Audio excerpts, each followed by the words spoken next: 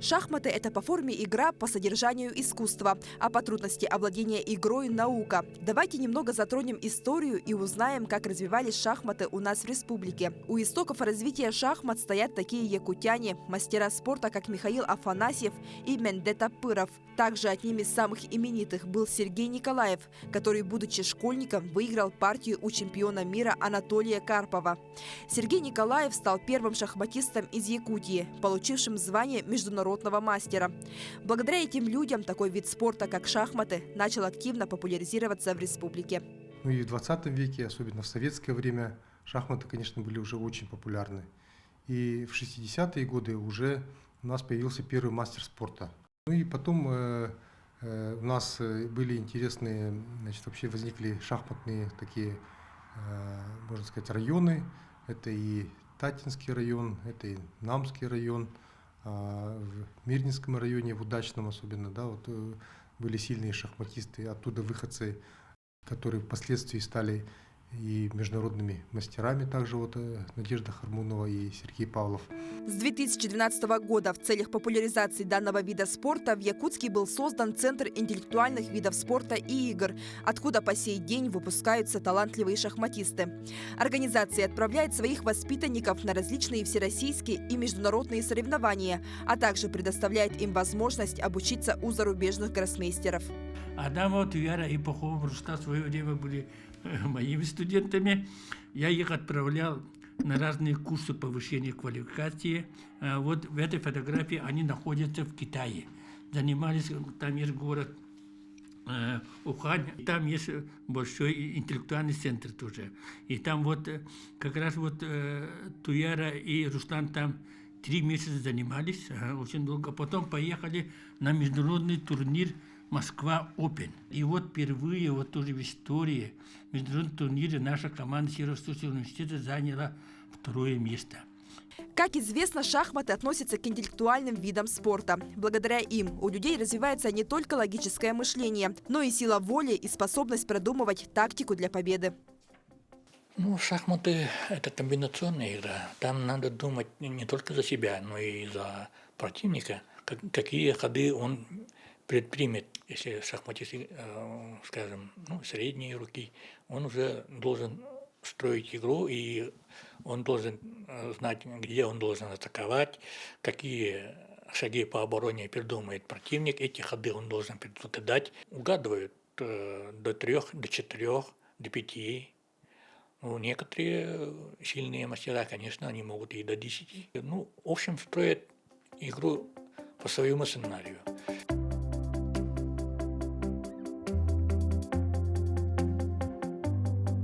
Идет сочетание такого интеллектуального искусства и искусства изобразительного. Хотелось бы, чтобы кто-то из молодых, может быть, себя проявил, как-то было бы интересно посмотреть. Да, это довольно-таки серьезный турнир.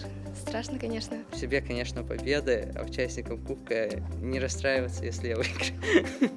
Хотелось бы всем пожелать удачи и пусть победит сильнейший.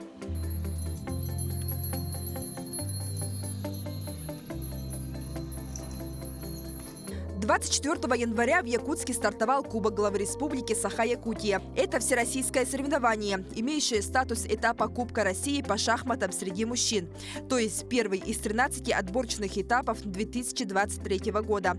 Всего на мероприятие съехалось около 50 спортсменов из Московской и Сахалинской областей, Санкт-Петербурга, Москвы, Бурятии, Крыма и Хабаровского края. В их числе и международные гроссмейстеры, мастера ФИДЕ. Соревнования по шахматам такого масштаба на территории Якутии проводятся впервые. С прошлого года с Федерацией шахмат Республики Саха-Якутия Владимиром Анатольевичем Егоровым уже планировали провести такое крупное соревнование в нашей республике. Те, которые сегодня играют в этом турнире, войдут в историю нашей республики. Тем более у нас столетие физкультурного движения нашей республики и в России. Поэтому мы сегодня гордимся, что этот турнир проводится у нас в нашей республике. Открытие состоялось в Национальном художественном музее. От имени главы и правительства Якутии участников со стартом престижного соревнования поздравил вице-премьер республики Сергей Местников. Он отметил, что в год столетия физкультурного движения Кубок главы Якутии стал первым крупным соревнованием всероссийского масштаба, где участвуют именитые шахматисты. Якутия делает свой ход, первый ход. Их около 2 десятков таких кубков по стране. Якутия впереди. Победители кубка набирают зачетные очки. Кроме солидного призового фонда, они получают зачетные очки, с которыми они выходят в финал кубка. Финал будет аж через 11 месяцев в Ханты-Мансийске. Пройдет финал кубка. Традиционно проходит. Поэтому будем ожидать борьбу, упорную борьбу на черно-белых полях. Сейчас в этом зале Национального художественного музея уже начался первый тур Кубка главы республики. Шахматы расставлены, игроки готовы. Желаем всем участникам удачи, пусть победит сильнейший. Первый тур Кубка начался сенсацией и для сильнейших игроков принес определенные проблемы. Так, международный гроссмейстер 16-летний Володар Мурзин из Химок, который в прошлом году вышел в суперфинал, тем самым ставший самым юным гроссмейстером в стране, сыграл в ничью с 15-летней якутянкой Ариной Васильевой. Турнир-то серьезный, ответственный, поэтому в первом туре обычно большие шахматисты и вообще любой шахматист пытается найти свою игру. И обычно партию заканчивается в ничью. И эта партия тоже не стала исключением. Остальные гроссмейстеры Борис Грачев, Дмитрий Кряквин, Михаил Кабалья, Антон Шамаев одержали победы в первом туре. Обычно в таких соревнованиях первый все-таки достаточно простой тур, хотя бывают сюрпризы. В общем-то, вчера у моих коллег были достаточно серьезные проблемы на некоторых других партиях. Свою мне достаточно легко удалось выиграть. Хотя пока я еще чувствую, что немножко надо время для акклиматизации. На Кубок главы республики прошли якутяне, у которых рейтинг не ниже 1800 баллов, и кандидаты в сборную Якутии на игры Дети Азии 2024 года. Их 10 человек. Поэтому возрастных ограничений на Кубке нет. Самому юному шахматисту всего 9 лет. Он из Бурятии. У Артема первый взрослый разряд. Рассказывает, что ежедневно играет по 20 партий и решает задачи на тактику. Сейчас на соревнованиях хочет набраться опыта и стать еще сильнее. Его игра тоже стала потрясением. Он с многократной чемпионкой Якутии, женским мастером ФИДЕ Веринеей Кутуковой из Намцев сошлись в ничьей. Первый тур был составлен по рейтингу, а последующие пройдут по швейцарской системе. Сегодня уже те, которые победившие, играют друг с другом, а проигравшие с проигравшим. И, соответственно, те, которые в ничью сыграли, также друг с другом. Это швейцарская система, и для каждого соответствующий соперник. Все 9 туров проходят в здании Национального художественного музея. И неспроста, ведь шахматы считаются интеллектуальным искусством, но и сами служат источником вдохновения, в том числе в изобразительном искусстве. Место проведения подчеркивает особую их связь с шахматами. Сами условия для игры просто прекрасные, и очень приятно находиться в музее и играть. То есть идет сочетание такого интеллектуального искусства и искусства изобразительного. Шахматные столы установлены в зале искусства Якутии. Они расположились справа и слева по созданному коридору, что дает возможность зрителям внимательно посмотреть все партии. Также на официальном сайте Кубка главы ведется онлайн-трансляция. Все участники настроены и сосредоточены на достижении высоких показателей. Каждый планирует проявить себя и одержать победу. В себе, конечно, победы, а участникам Кубка не расстраиваться, если я выиграю.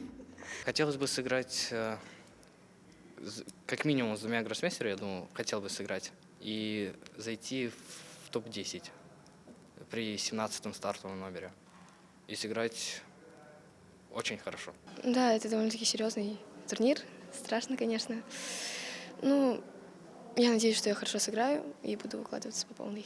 Хотелось бы, чтобы кто-то из молодых, может быть, себя проявил, как-то было бы интересно посмотреть. Сам я настроен, естественно, бороться за самые высокие места. Я ожидаю интересных игр и хорошего времяпровождения. планирую, конечно, занять первое место. То есть, вот, ну, а так получить удовольствие от игры. Вот, ну, здесь очень интересный климат погоды. Вот, всегда было интересно, то есть, как это воспринимается. Действительно, якутские морозы удивили наших гостей, ведь они прилетели в самый разгар зимы. Что касается морозов, к счастью, не так далеко все находится от места игры, от места проживания. И пока 5-10 минут на морозе легко выдерживается. Ну, что нельзя так стоять долго на морозе. Ну, еще надо тепло одеваться, и ничего же не видно, когда ходишь. Пешку продвинули, и опять, смотрите, централизуемся и смотрим, что делают черные. То есть идеальное расположение ферзя в центре доски. Также в рамках Кубка главы республики международные гроссмейстеры проводят мастер-классы. 25 января действующий обладатель Кубка России Борис Грачев встретился с юными шахматистами. Для детей поучиться у профессионала с большой буквы – это бесценный опыт. На мастер-классе шахматист рассказал и научил ребят определенной технике. Очень доволен тем, как прошел мастер-класс. Была, что очень важно для лектора, очень часто ответная реакция. Я видел, как ребята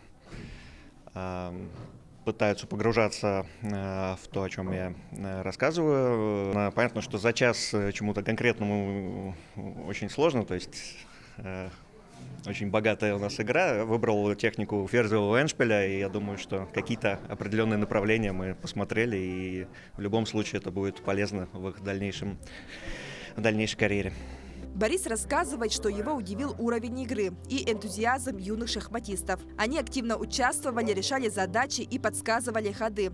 Всего на мастер-класс пришли более 20 детей. Мне очень понравилось, когда они объясняли про фигуру, как правильно ходить, а как неправильно.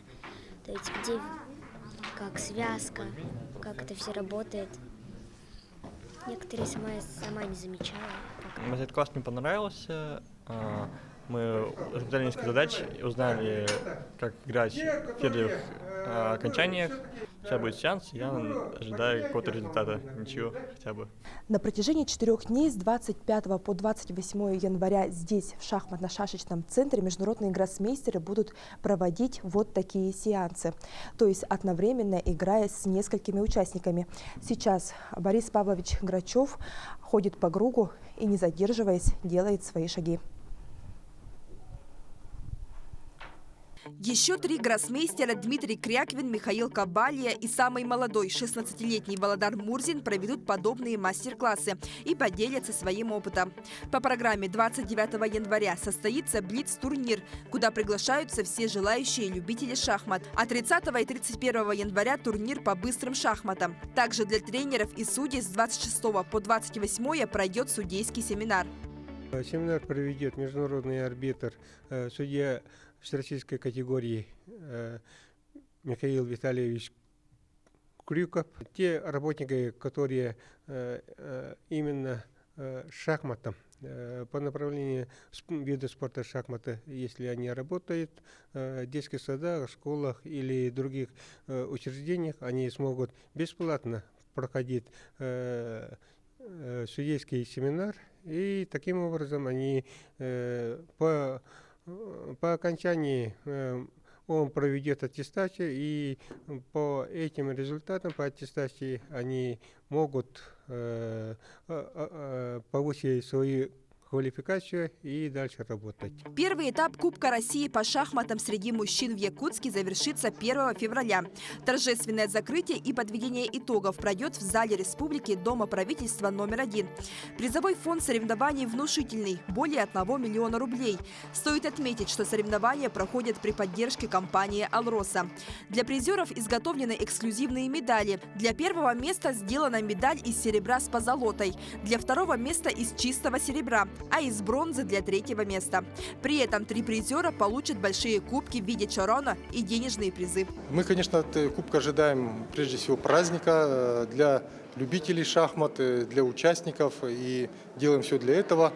Ну и надеемся, что этот турнир откроет новые наши шахматные звезды, и они у нас будут расти и развиваться.